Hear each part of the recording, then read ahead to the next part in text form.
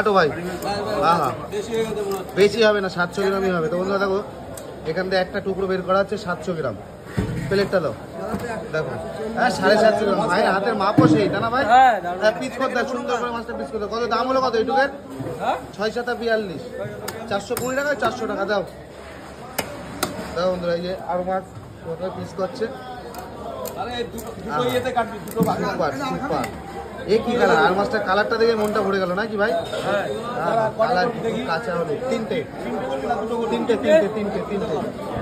করো। এই দুভাগে ভাগ করা হবে, তাই তো ভাই? ওই দুটো একটার মধ্যে দিয়ে দাও। হ্যাঁ দেখো, সুন্দর করে আর মাছটা কাছে। আর মাছটার কোয়ালিটি একটু দেখো বন্ধুরা, 1 নাম্বার কোয়ালিটি। তো এরকম মাছ খেতে গেলে চলে আসতে হবে বনগাঁ নিউ মার্কেটে। দেখো দেখেন, এই সুমন ভাই সুন্দর করে পিস করছে। দেখো, এই যে পেটি, অর্ধেক পেটি দিয়ে দাও। সব ফেলে দেবে।